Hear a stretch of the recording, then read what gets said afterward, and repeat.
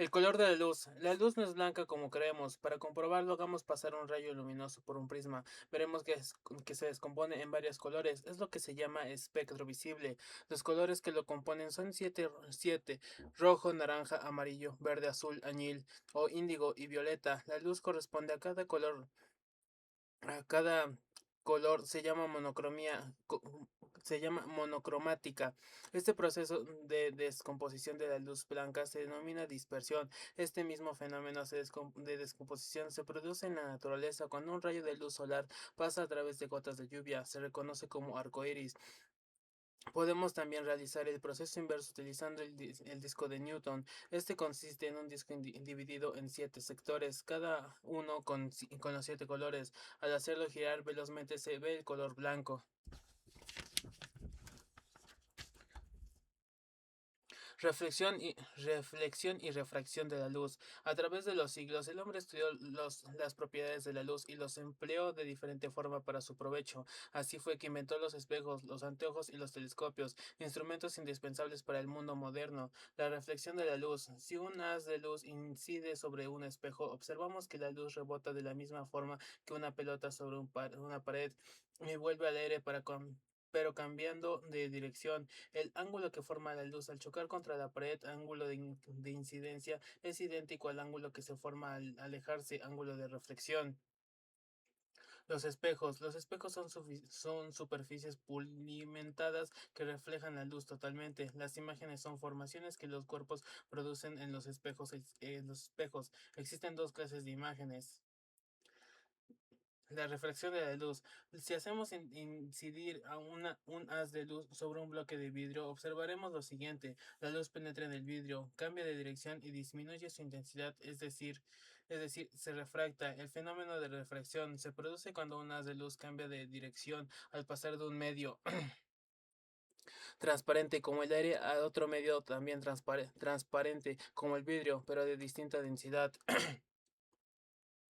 Cuando un haz de luz incide sobre una superficie y cambia de dirección, pero sigue en el mismo medio, es decir, se refleja, se produce el fenómeno de reflexión. Imagen, Clases de espejos: espejos planos, imagen del objeto de igual tamaño y simetría que la real. Esféricos, cóncavos, convergentes. La imagen que se forma puede ser real o virtual, derecha aumentada y está detrás del espejo. Convexos, divergentes. La imagen que se forma es virtual, derecha, de menor tamaño y está delante del espejo. Las lentes. Las lentes son cuerpos transparentes limitados por dos superficies curvas o por una superficie curva y otra plana. Tienen importantísimas aplicaciones. Se usan para corregir efectos de la visión humana, como la miopía, y para construir lupas, binoculares y objetos de cámaras fotográficas y microscopios. Podemos clasificarlas en divergentes y convergentes. Lentes divergentes tienden a separar o divergir los rayos que las atraviesan. Lentes convergentes tienden a unir o convergir los rayos que las atraviesan.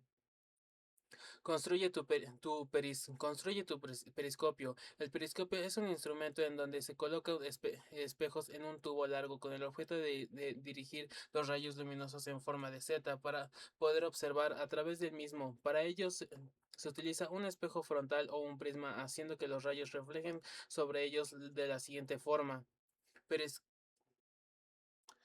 El fenómeno de refracción se produce cuando un haz de luz cambia de dirección al pasar de un medio transparente como el aire a otro medio también transparente como el agua, pero de distinta densidad.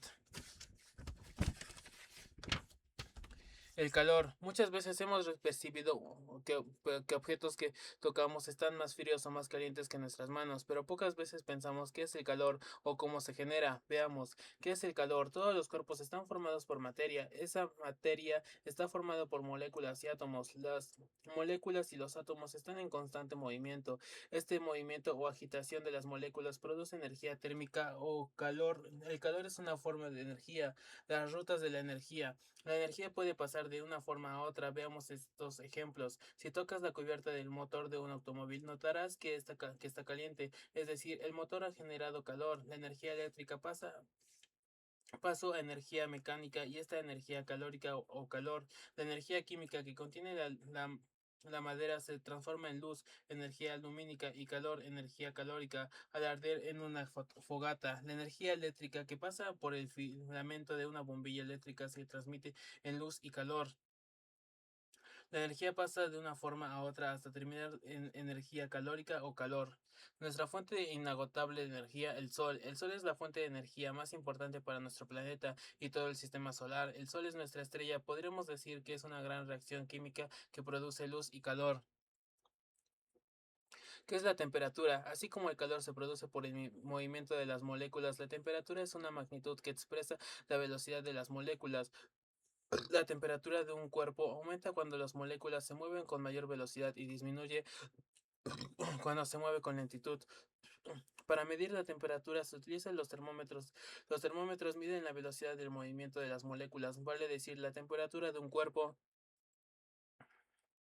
El termómetro está constituido por una ampolla de vidrio llena de un líquido mercurio o alcohol o coloreado llamado líquido termométrico, comunicado con un delgado tubo hueco de vidrio graduado. Cuando la ampolla entra en contacto con un cuerpo caliente, el líquido se calienta, se dilata y aumenta su volumen, por lo cual sube por el tubo y marca la temperatura de ese cuerpo.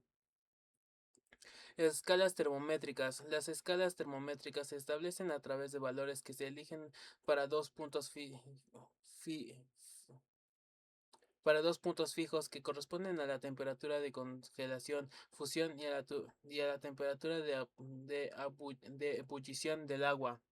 Las escalas termométricas. Escala. No pienso leer esto. La temperatura más baja posible se denomina cero absoluto o 0 grados Kelvin, 0 K, y no se puede obtener con los métodos conocidos actualmente. ¿De qué depende y qué provoca la transferencia de calor? El calor absorbido o cedido por un cuerpo depende de tres factores: del calor que necesita un cuerpo para variar su temperatura, de la masa del cuerpo, en general, a mayor masa, mayor calor, de la clase de sustancia. Provoca diferentes efectos en los cuerpos: cambios de temperatura, cambios de longitud, superficie o volumen, dilatación, cambios de estado. Equilibrando el calor. Cuando tienes tus manos frías o tomas las manos de otra persona que las tiene cálidas, percibes ese calor y tus manos se entibian. Por esta razón, decimos que el calor pasa de un cuerpo a otro. El calor pasa del cuerpo caliente al frío, nunca al revés. Este pasaje dura hasta que los dos cuerpos equilibran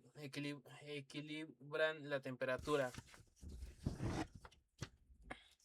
Los efectos del calor. El calor puede producir varios efectos en los cuerpos. Estos efectos dependen del calor que necesitan los cuerpos para variar su temperatura o su estado, y también de su masa y de la clase de sustancia de la que se trata. La dilatación. Se llama dilatación al fenómeno por el cual un cuerpo aumenta su volumen, longitud o superficie al recibir calor, ya que sus moléculas se mueven con más intensidad. Dilatación de los sólidos. De acuerdo con la forma que poseen los cuerpos sólidos, existen tres tipos de dilatación. Veamos cuáles son y cómo las comprobamos. Dilatación lineal. Toma una varilla de metal, mídela y caliéntala. Luego vuelve a medirla y comprobarás que se produce un aumento de la longitud. Dilatación superficial. Repite la experiencia anterior, pero con una lámina de hierro. Así comprobarás que aumenta su superficie. Dilatación cúbica. Si calientas una esfera o un cubo, podrás comprobar que aumenta su volumen. O realiza la experiencia de Gravesande explicada en el recuadro. Dilatación de los líquidos. La dilatación en los líquidos produce un aumento del volumen. Por ejemplo, si calentamos agua en un recipiente, veremos que después de un cierto tiempo esta empieza a derramarse. Dilatación de los gases. En los gases, la dilatación también produce aumento en su volumen, pero mucho mayor que en los sólidos y en los líquidos. Por ejemplo, el aire caliente ocupa un mayor volumen que el aire frío, es más liviano y asciende. Por esta causa, se emplea aire caliente para los globos aerostáticos. La experiencia de Gravesand. El físico holandés Will Gravesand, 1688-1742, realizó la siguiente experiencia. Construyó un aparato, anillo de Gravesand, formado por una esfera de bronce que a temperatura ambiente pasa ajustadamente por un agujero practicado en la en la chapa. Al calentar la esfera, esta no pasa por el orificio, pues aumenta su volumen al ser sometido a la acción del calor. Al dejarla enfriar, vuelve a su volumen normal y puede pasar por el orificio. De esta forma comprobamos la dilatación cúbica.